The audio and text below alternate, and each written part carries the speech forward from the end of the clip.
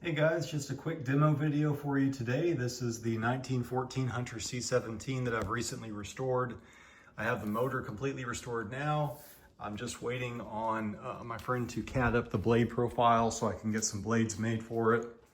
I'll show you the hub real quick.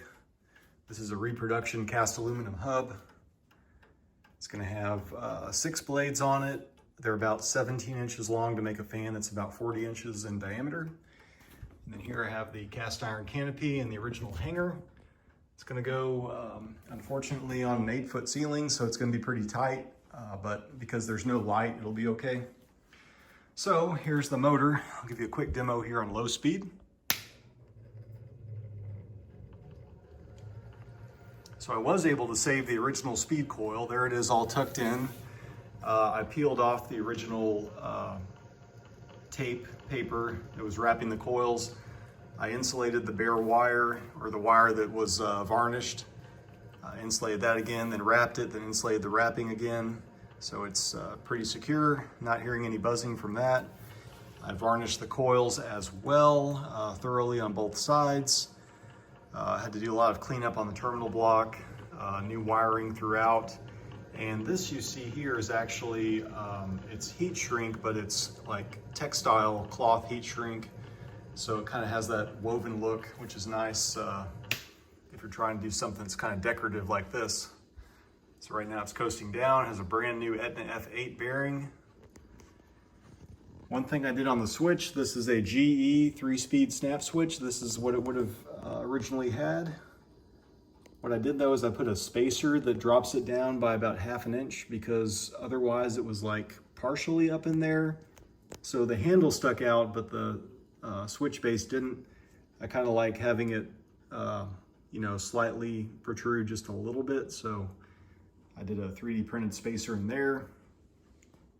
But yeah, it looks nice. There were a few little mistakes with the painting, mainly on the motor cover. What was tough about this motor cover is where those screws go in. It was kind of hard to get the paint thick enough in there with the white paint. So I think some of the spots might have some like real minor runs, but not a big deal. Can't really see it. A couple spots in the casting where there was some rust, you can see, but overall, really happy with how it came out. I did use filler and I sanded the primer. So overall it's pretty clean. And again, this is Rust-Oleum satin almond epoxy, appliance epoxy spray paint. But yeah, pretty original, just a new bearing on it, but everything else, all the electrical bits are factory, so it's going to be a really unique fan with that 6-blade hub adapter. And I'll show you real quick where it's going to go.